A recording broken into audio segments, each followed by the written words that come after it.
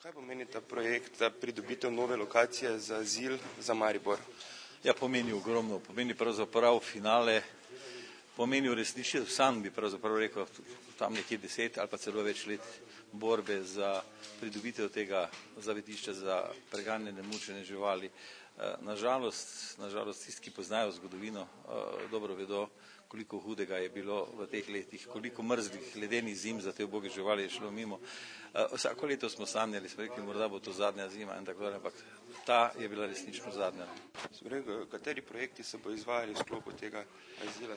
Torej, v sklopu azila bo to, kar je bilo, pravzaprav že tudi poprej, se pravi varstvo izgubljenih, zavrženih živali in iskanje seveda novega primernega lastnika, s tem, da bomo imeli pa tudi tisto nujno veterinarsko pomoč predvideno, zelo lep izolator bo tudi pripravljen, pač po protokolu žival mora biti določen čas v izolatorju in potem se namesti v ta prostor. Ti prostori bodo čudovito urejeni, tako da so možnosti izpusta živali, sprehajanja živali je čisto nekaj drugega, kot je bilo do zdajle.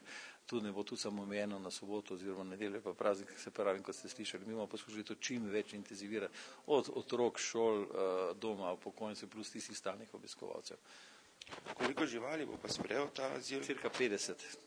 Kapaciteta predvidena je 50, če bo potrebe večje, odvisno od tega, koliko bomo sklenili pogodbo z ostalimi primestnimi občinami oziroma v regiji širši, seveda pa če bodo potrebe večje, te možnosti dograditve so še vedno. Mi smo pač oziroma na trenutno situacijo, tako kot poznamo, nekje planirali cirka 50. Gradbeno dovoljenje je bilo pridobljeno, kako se da naprej?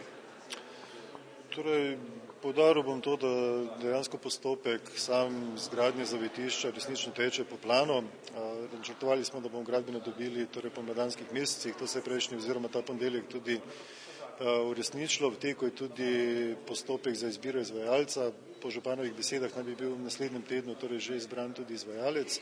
In kolikor bo seveda to držalo, bi lahko nekje okoli prvomajskih praznikov ali pa tih za njimi položili temeljni kamen, začeli samimi deli.